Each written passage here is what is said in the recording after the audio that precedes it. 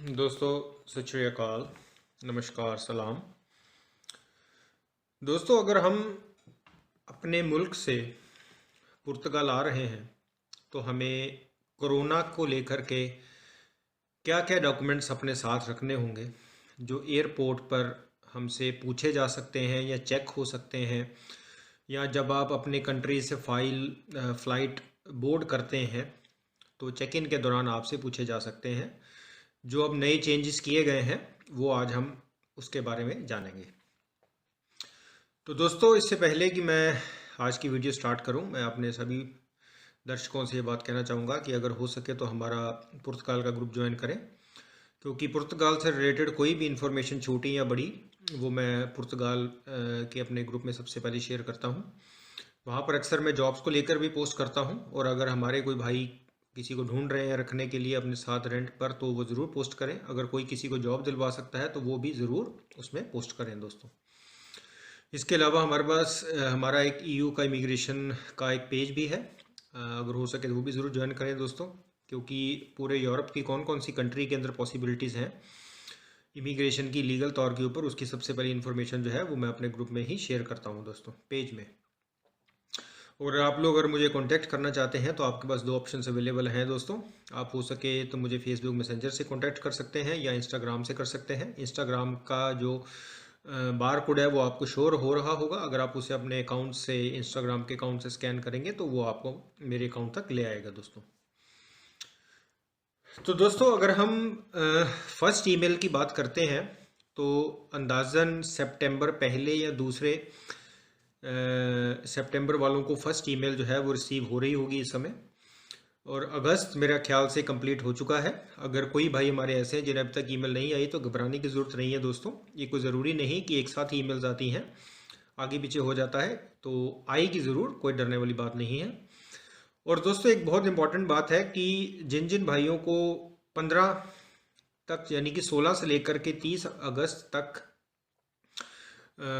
अब जो है उन्होंने अपॉइंटमेंट इशू करनी है जो सेफ ने, तो जिन जिन को सेकंड ईमेल आ चुकी है पर अभी तक सेकंड ईमेल, फर्स्ट ईमेल आ चुकी है पर सेकंड नहीं आई, तो वो ज़रूर अपना रात को सोने से पहले ज़रूर चेक किया करें दोस्तों कि हमें कोई सेकंड ईमेल रिसीव तो नहीं हुई है, ताकि आप देरी से आपको ना पता लगे और आप टाइम पर जल्दी से जल्दी अपॉइंटमेंट जो है वो बुक कर सकें। और जैसा कि दोस्तों आप सब लोग अब जानते ही हैं कि 10 दिन का जो पीरियड था वो अब नहीं है। अगर कोई हमारे भाई मिस कर जाते हैं, 10 दिन में नहीं अपॉइंटमेंट बुक करते हैं, तो कोई डरने वाली बात नहीं है। आप सेफ को अपनी रजिस्टर्ड ईमेल से कांटेक्ट करिए और वो आपको सेकंड चांस दे देंगे। और 15 अगस्त 2020 तक जिन जिन लोगों की फाइलें लॉक हुई थी उन सभी लोगों को सेफ ने जो है सेकंड ईमेल कर दी है कि आप अपनी अपनी अपॉइंटमेंट बुक करें। अगर अभी भी कोई हमारे ऐसे भाई हैं जिन्हें नहीं मिली है, वो तुरंत सेफ में कॉल करें और पता करें। तो दोस्तों, आज की वीडियो भी बहुत इम्पॉर्टेंट वीडियो है, क्योंकि हो सकता है कि हमारे बहुत सारे भाई या फैमिलीज़ जो है वो पुर्तगाल ट्रैवल करना चाहती होंगी इस समय, क्योंकि अब कोरोना का इतना शोर नहीं है।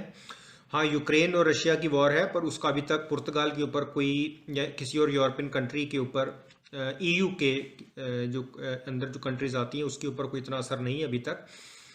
तो उस वजह से दोस्तों अभी कोरोना का इतना शोर नहीं है, तो उन्होंने जो चेंजेस इस समय जो ट्रैवल चेंजेस किए हैं, जिसके बारे में आप सब लोगों को पता होना चाहिए कि आप लोग जब जब अपने मुल्क से पुर्तगाल की फ़्लाइट लेंगे तो आपने किन बातों का ख्याल रखना है।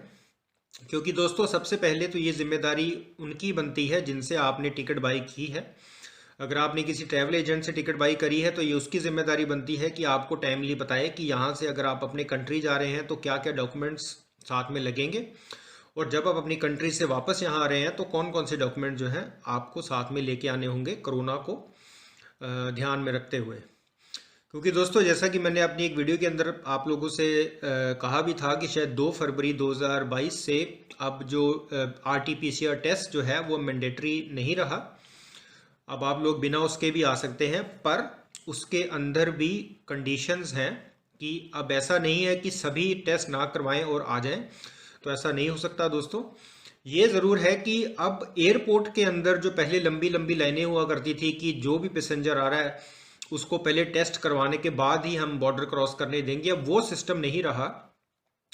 पर अभी भी जब आप फ्लाइट में का चेक इन करेंगे तो वहाँ पर अगर आप पुर्तगाल की ओर आ रहे हैं तो आपसे 3 चीज़ें मांगी जाएंगी। पहली, अगर तो आपके पास कोरोना का EU जो रिकॉग्नाइज्ड वैक्सीन सर्टिफिकेट होना चाहिए दोस्तों, या आपके पास 48 घंटे वाली कोरोना की रिपोर्ट, नेगेटिव रिपोर्ट होनी चाहिए, या आप लोगों के पास 72 घंटे वाली 72 आवर्स वाली आपके पास रिपोर्ट होनी चाहिए है। इन तीनों में से जो भी चीज़ आपके पास अवेलेबल है वो उसके बिहाफ के ऊपर आप लोग चेक इन कर सकते हैं और अब फ्लाइट बोर्ड करके आप पुर्तगाल एंटर हो सकते हैं, आपको कोई दिक्कत नहीं आएगी। और दोस्तों 12 साल से नीचे के बच्चों को कोई ज़रूरत नहीं है, ना वैक्सीन की ना टेस्ट की। तो अगर आपके साथ कोई ऐसे फैमिलीज़ में ट्रैवल कर रहे हैं तो उन्हें कोई भी डरने की ज़रूरत नहीं है। अब दोस्तों यहाँ पर एक इम्पॉर्टेंट बात यह है कि जो हमारा कोरोना की जो वैक्सीन है उसके अंदर चेंजेस किए गए हैं। जैसा कि मुझे लग रहा है आप सब लोग जानते ही होंगे कि अब बूस्टर डोज जो है वो सबको लगाने की रिक्वेस्ट जो है गवर्नमेंट कर रही है, क्योंकि दोस्तों आपका जो सेकंड डोज जब से लगा था उसके बाद से आपकी जो सर्टिफिकेटिव वैलिडिटी है वो सिर्फ 270 दिन की होगी, यानी कि लगभग 9 महीने की होगी। फ़र्ज़ करें अगर आपको सेकंड डोज जो है वो 1 जनवरी 2022 में लगी थी तो उस हिसाब से 30 सितंबर 2022 तक ही आपकी जो सर्टिफिकेट है वो वैलिड होगा, उसके बाद वो एक्सटेंड नहीं किया जाएगा।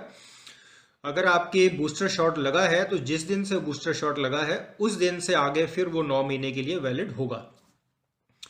तो यानी कि दोस्तों इसका मतलब ये है कि अगर हमारे कोई भाई जिनका बूस्टर शॉट नहीं है और वो पुर्तगाल आ रहे हैं और वो चेक करें कि उनकी सेकंड डोज के बाद कितने महीने बनते हैं, 9वां महीना कौन सा बनता है। जैसे कि मेरी जो सेकंड डोज थी वो लगी थी 10 अगस्त को 2021 में, तो उस हिसाब से मेरे जो 9 महीने बनते हैं वो बनते हैं मई 2022 में, यानी 10 मई 2022 तक ही मेरा वो सर्टिफिकेट वैलिड होगा।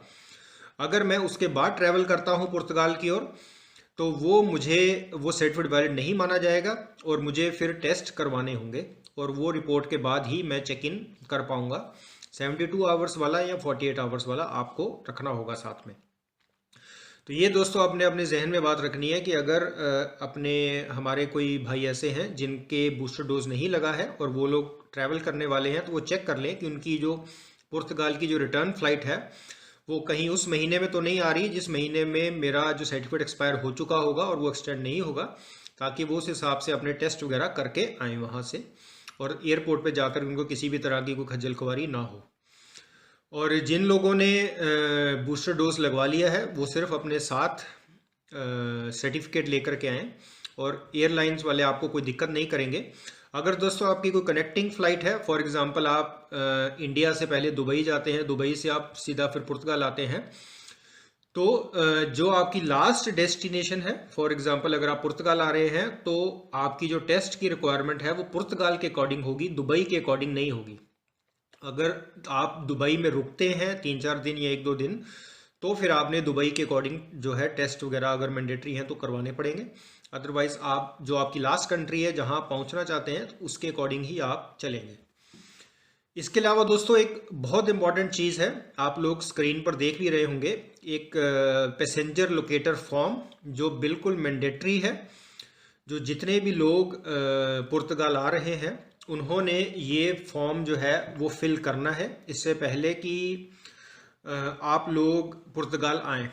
अगर आप ध्यान से देख रहे होंगे तो सबसे पहले फ़्लाइट इन्फॉर्मेशन में आपने भरना है जो डिटेल्स हैं, फ़्लाइट नंबर हो गया, सीट नंबर हो गया, अराइवल टाइम, ये वो, और उसके बाद आपने अपनी पर्सनल डिटेल्स भरनी है, आपकी date of birth, gender, passport number और उसका नंबर।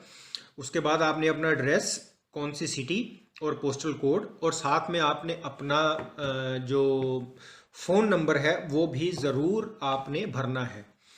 अगर आप ये नहीं भरते हैं दोस्तों, ये फॉर्म नहीं फिल करते हैं तो आपको दिक्कत आ जाएगी। हो सकता है कि आपको चेक इन ना करने दिया जाए क्योंकि वो वहाँ से ये फॉर्म मांगेंगे।